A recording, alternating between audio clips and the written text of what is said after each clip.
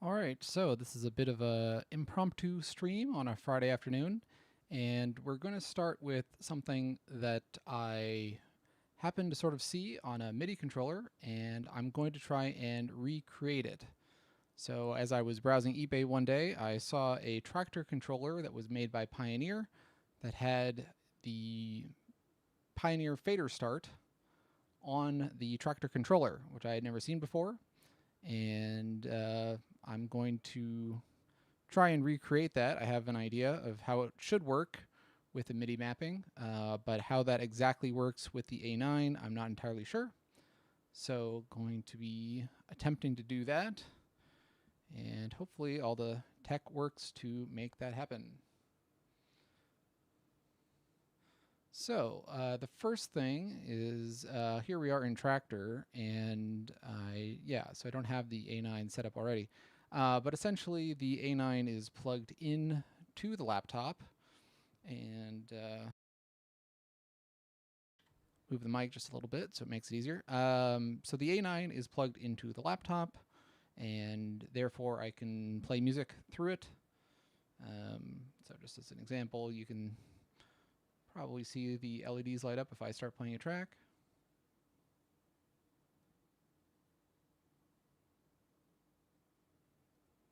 Yeah, it looks like it shows up okay. So the idea will be that when you move, or fader start, let me go back to that. Basically, fader start was something that was on the old Pioneer mixers, and essentially you would connect the CDJs up to your mixer with your RCA cables.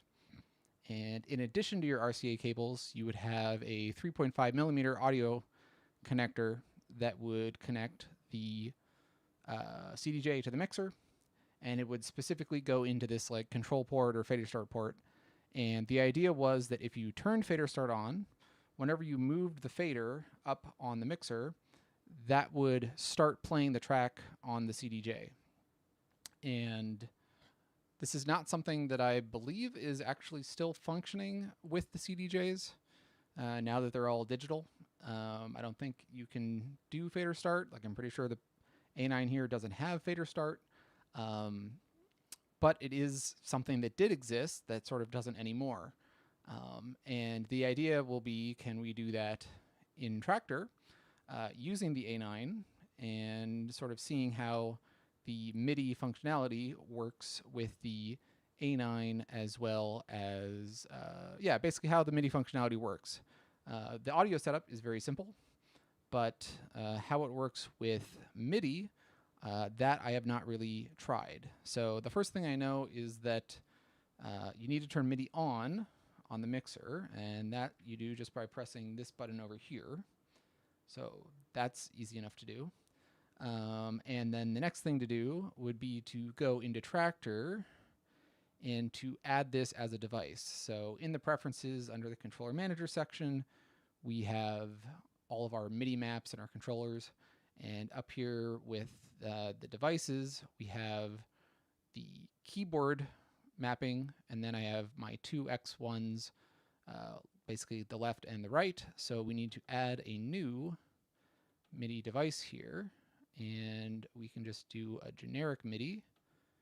And set it for the import, we're going to set that to be the DJM-A9, and then the output we are going to set, we can set it to DJM-A9, but I'm pretty sure the DJM-A9 does not take in MIDI, or maybe it's only that it doesn't take in MIDI clock. I'm not exactly sure. I know that it can send a MIDI clock. I know that it can't receive a MIDI clock. I don't know if it, but I don't really know how it works on receiving MIDI signals. So maybe we'll figure that out as part of the stream as well, and I'll make some notes of it. So with fader start, the idea is going to be you move the fader up, and then the track starts playing. So we should be able to basically do a MIDI mapping of like the play button, but instead of a button, we're going to be using a fader, which is a little bit of a strange thing, but hopefully that will work. So we want to add in that mapping. So we'll click add in, and it should be, I think it should be deck common. That should probably be enough. Oh.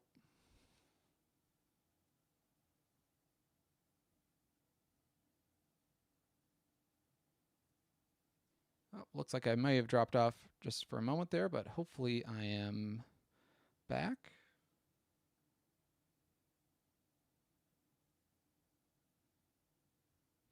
All right, so looks like we are okay again.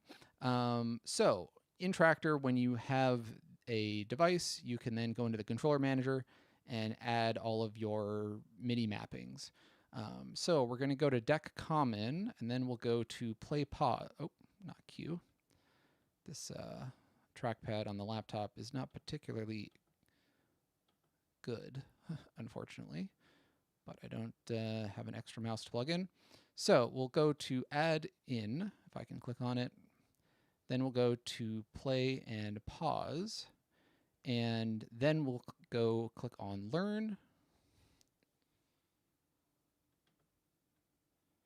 And we will do this for, well, it's going to be channel 2, but it'll be deck A on the mixer. So we'll go with that, and we can see that this is going to be channel 1 with a CC of 18. And we can leave a comment here.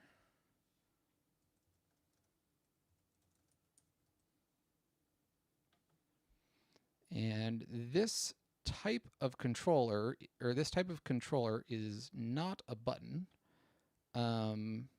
So that's a little bit interesting. It's a fader, so we'll have to figure out exactly how that's gonna go. But interaction mode, I think we want that to be direct because we want it to be playing, basically. We don't want it to stop, we only want to play. So I think if we set that to 1, that should be good.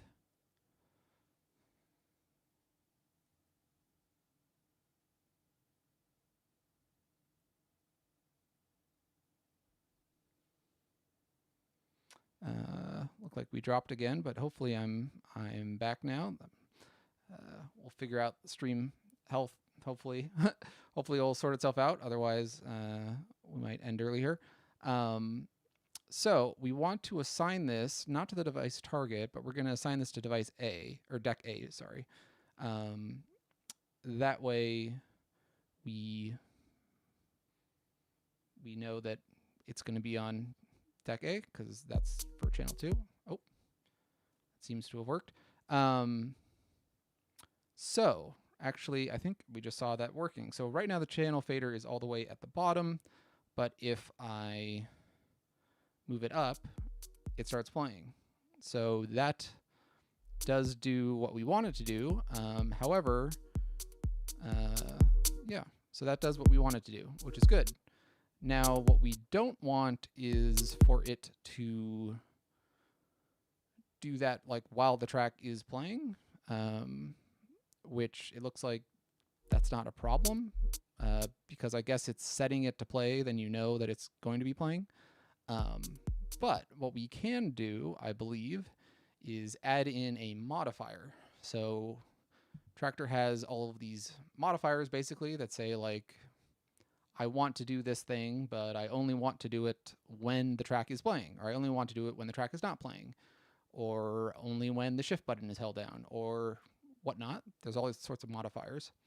And what I believe we can do is if we go to the modifier conditions, we can say that our modifier is deck play, and then we would set it to deck A, and we can say that the value is going to be off. So this should theoretically only work when the track isn't playing. So if we move it up, we can see that the track is playing now when we move the fader up. So that's good. Let's do that again, but this time for deck B. So what we'll do is actually we can duplicate. That's probably the easiest way to do this. And here we will do learn. This time we're going to move the fader on channel 3. So we can see that this time it's channel 1 with a CC of 19 and not 18, which is what the other one was. And we can change our comment to the channel 3 line fader.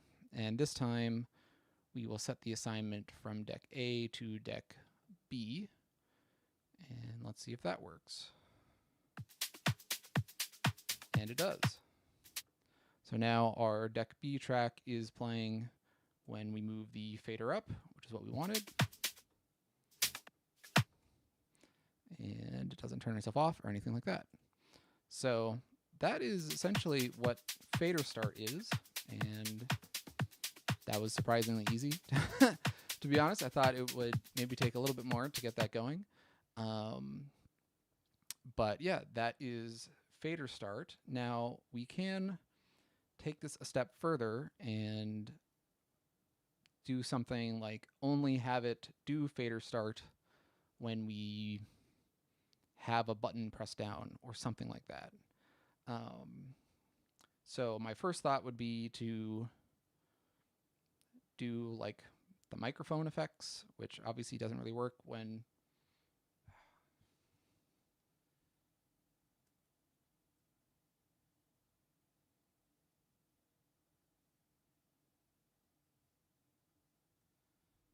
geez, keep getting disconnect here. That's unfortunate. I'll have to figure that out for next time. I admittedly have streamed to Twitch just fine in the past, but this is the first time I've done a YouTube stream, so I'm not really sure what all the problem is.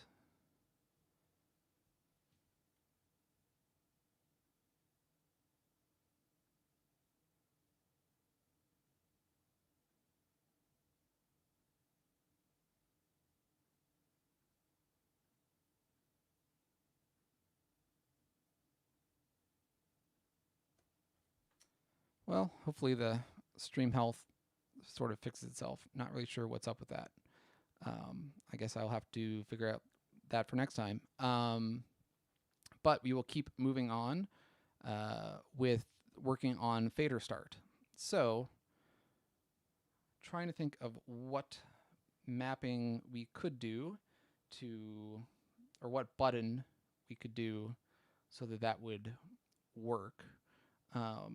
I guess one thing we could do would be to do like the QB on each channel, because I don't really use, or I've currently, unless you're doing like a back-to-back set, there isn't really a need to have the QB for each channel. So let's try and work that out.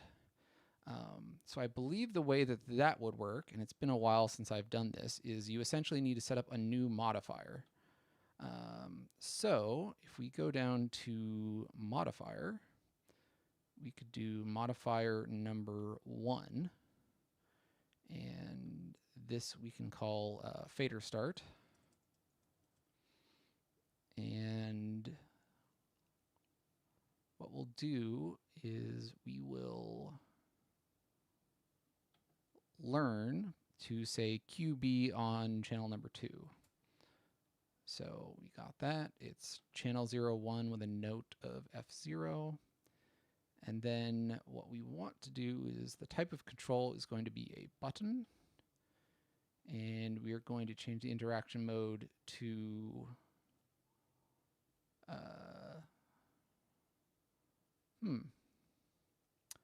I thought we would have the option to do a toggle, but maybe not.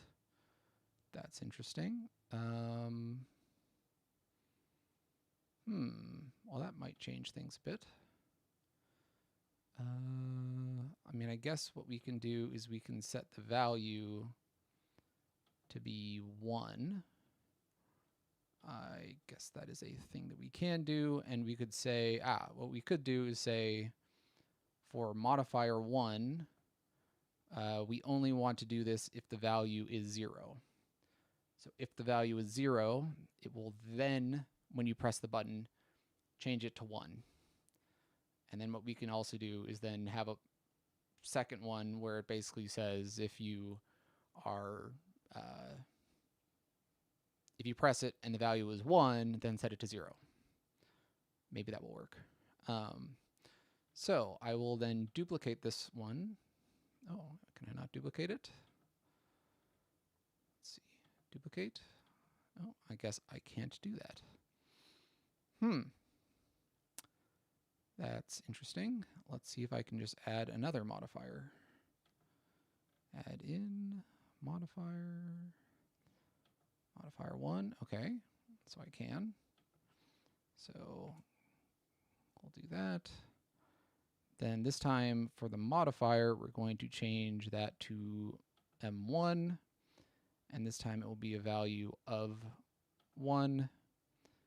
And we will change it from fader knob to button.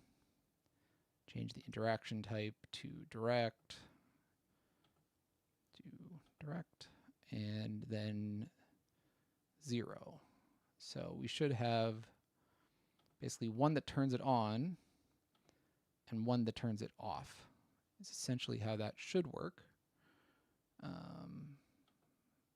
think. So if we,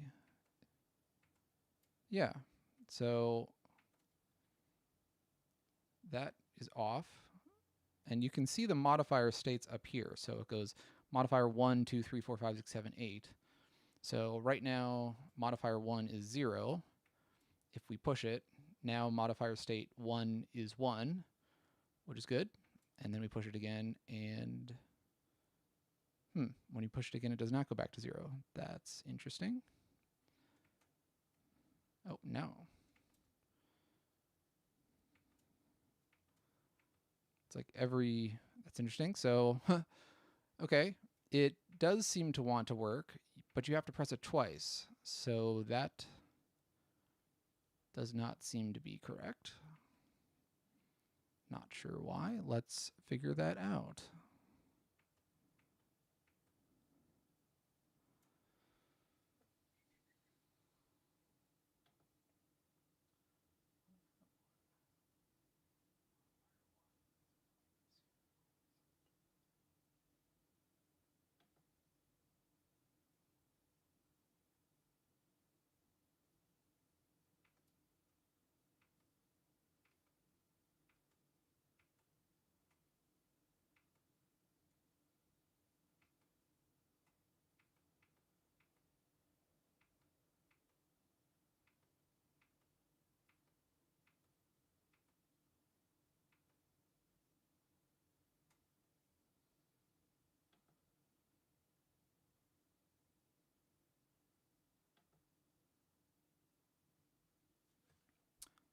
Okay, well that's interesting. I'm not sure why that, maybe because it's modifier 1, therefore it's looking at itself, and therefore it does it.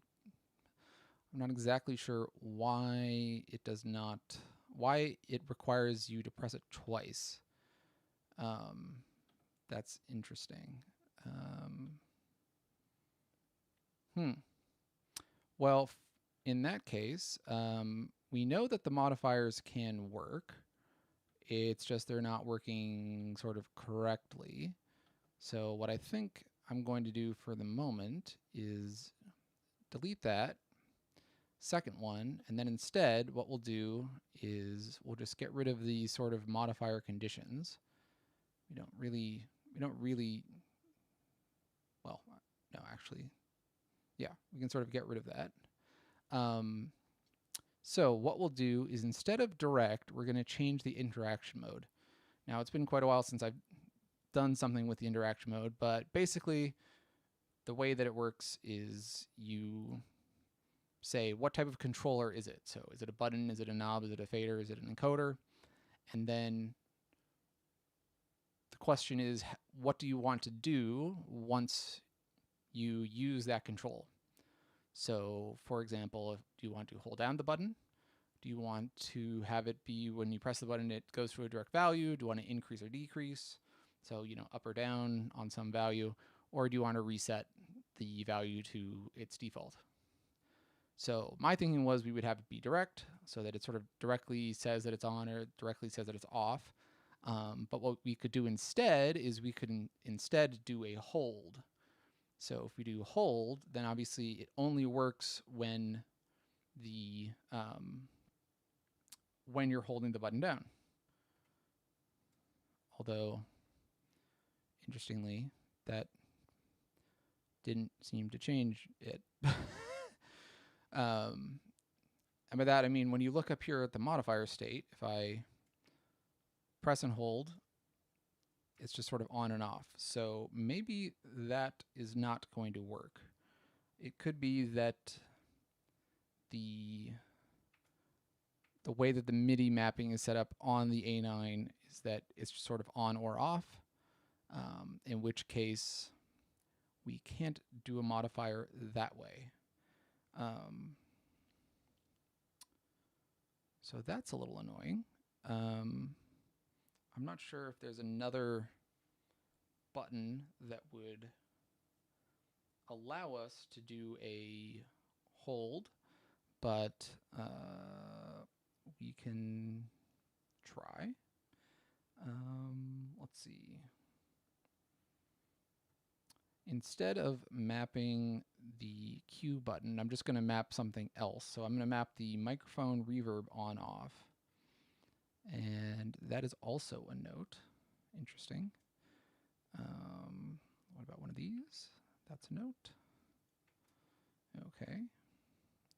Those,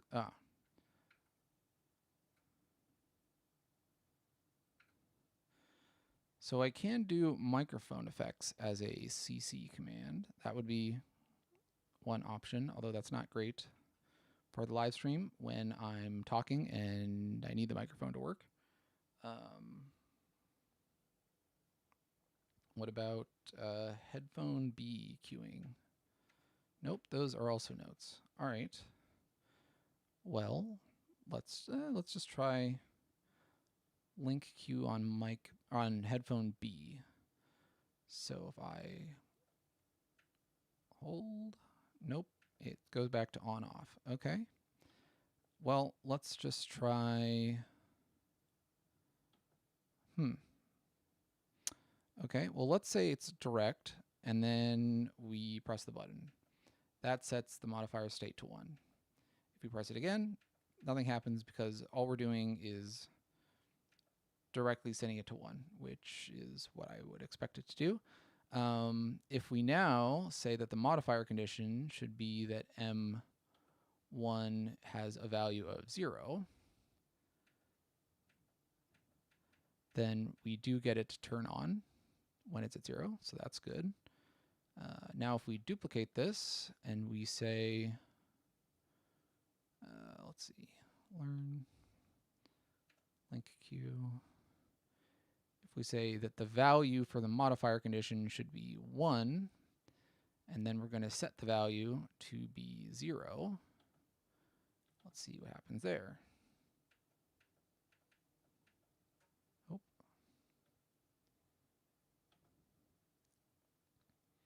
So right now the modifier state is 1. Nope. Okay, well that, when the modifier state is 1, we want to set the value to 0. That's right. Okay. So it does work, but again, you have to press it twice, which I don't know why you need to do that. That is somewhat peculiar. It should theoretically be that when you press it, it knows, but it's sort of like it doesn't know, and then, you know, it learns the second time. Okay, well, not really sure how to solve this one.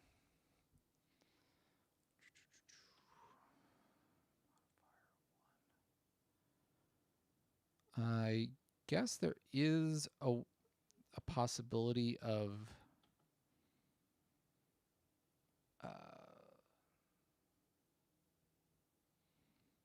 setting up like multiple modifiers so that you basically have like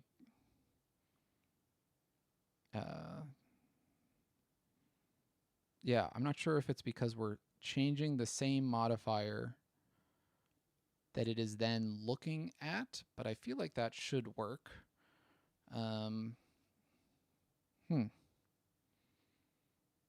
okay, well, a little bit stuck on this one.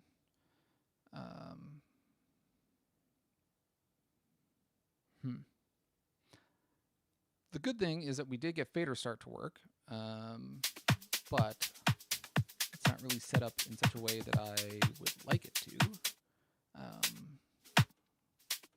It would be nice if I could have it where it only starts, when something is enabled.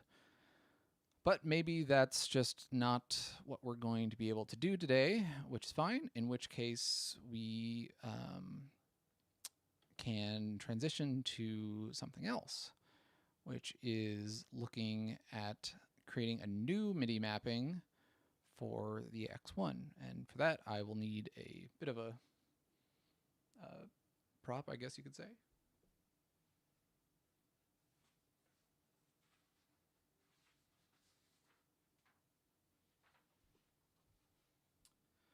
So one of the things that I had thought about recently was what all the controls are on a CDJ 3000 or CDJ 3000X. So I printed off a printout of the top image, basically. And the idea was to map certain things on the X1 so that they would correspond with what the CDJ does, or what the buttons on a CDJ do. So unfortunately, the CDJ, or the X1 that I want to map, is the one that you can't see at the moment. So let me change that real quick. Let's move things around.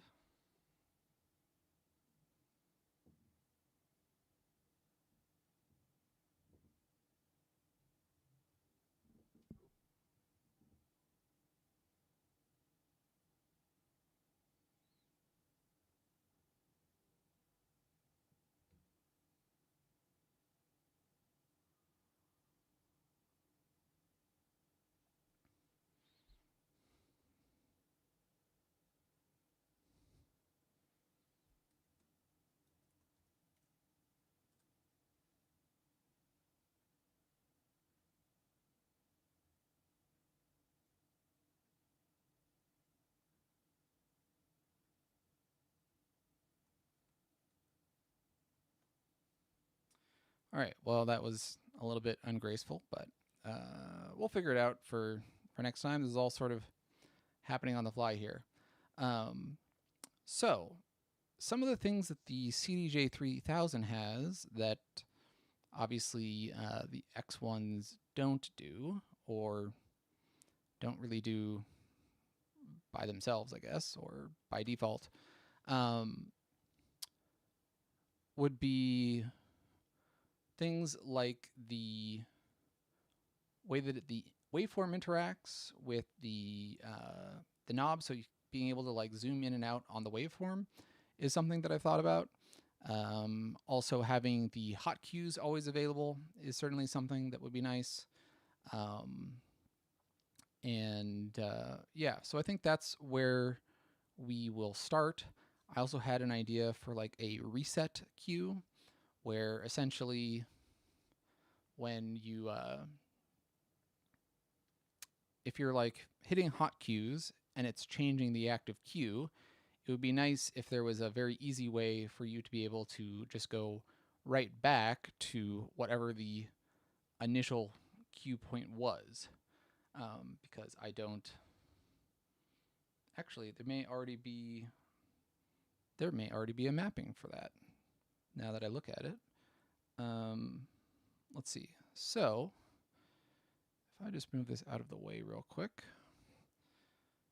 So in Traktor, let's say that you are, somewhere in the middle of a track and you put your cue point down.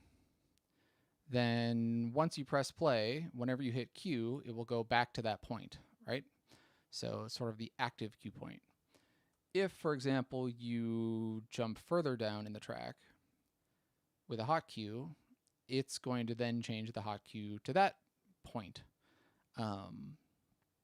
But what if you want to then get yourself back to the very beginning? So if I hold shift and then press the cue relative button, that does take me back to the beginning, or at least it takes me back to where my load marker is.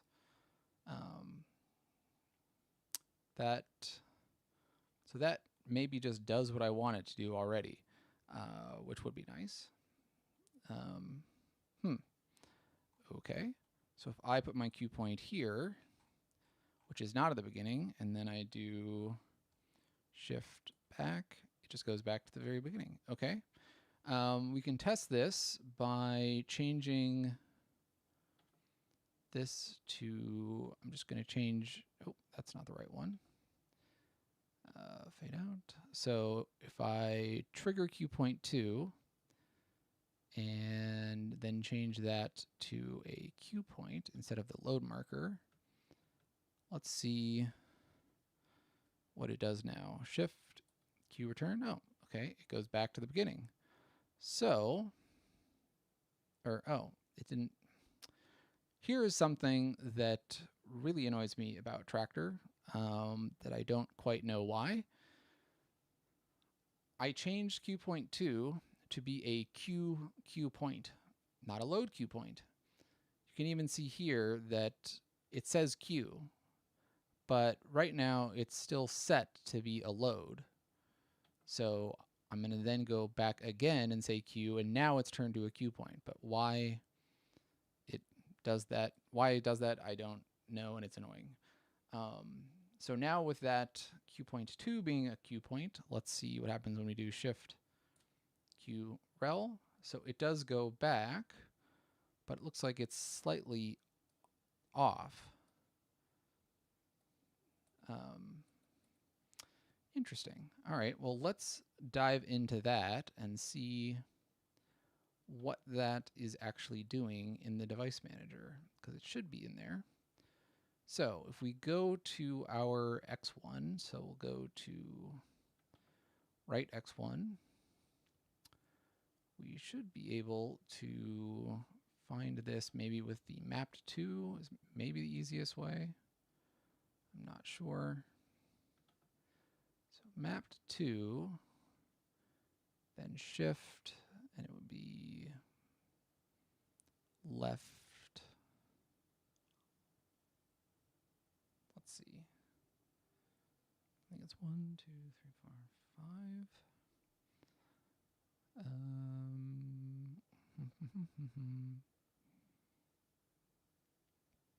So shift left cue is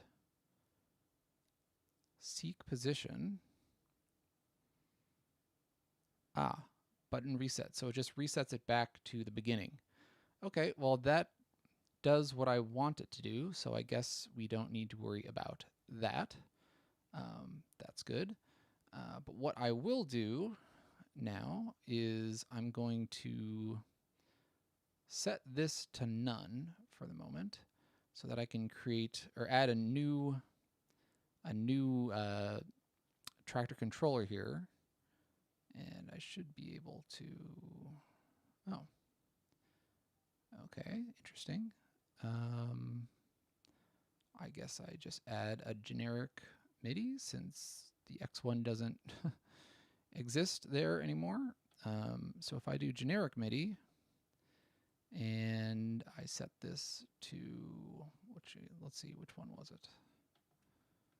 It's going to be the opposite of whichever one I select here. So, oh, that doesn't tell me. Great. Let's see. Generic MIDI. Set this to, I'm going to guess it's number 1. Hopefully I'm right. We'll figure it out pretty soon here. So what I'm going to do is add a new mapping, and what I want to do is set this encoder to be like a zoom for the waveform, which I'm pretty sure is a thing that exists. Here we go, track deck track deck, waveform zoom adjust, and if I click learn, oh, nope, it's the wrong one here. So let's try number 2. Come on. The one thing about my laptop is it has the worst trackpad ever. So now if we do learn, oh, right. Okay, hold on. I guess that is not going to work because we already have this as the device.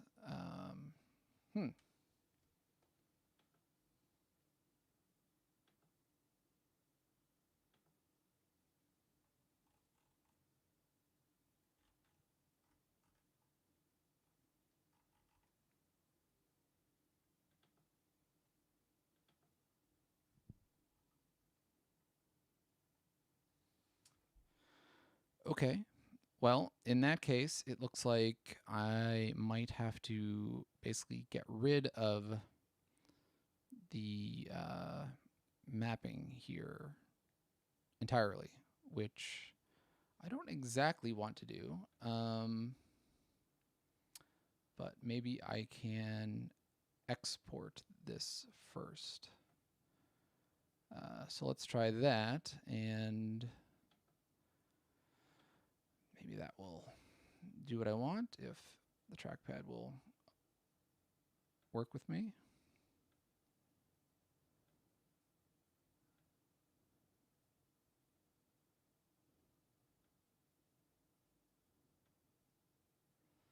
Okay, well, hopefully that's fine, because now I'm going to, oh, nope. Well, I want to delete all these things, but I'm not sure if I'm able to do that. Let's see.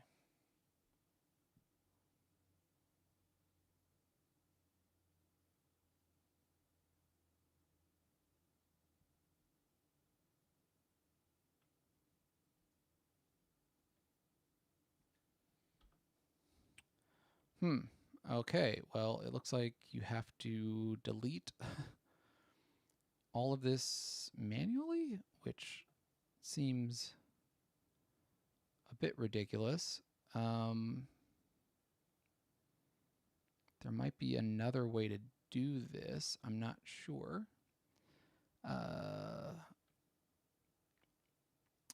But, okay, well, not really sure what to do about that. That is somewhat unfortunate. Well, that is the the risk of doing things live. You don't exactly know what's going to happen. I think I am going to end it there, since I admittedly did get what I wanted to do done, in that I did get Fader start working, so I at least have that. Yeah, couldn't quite figure out the MIDI modifiers. I'll have to look into that again.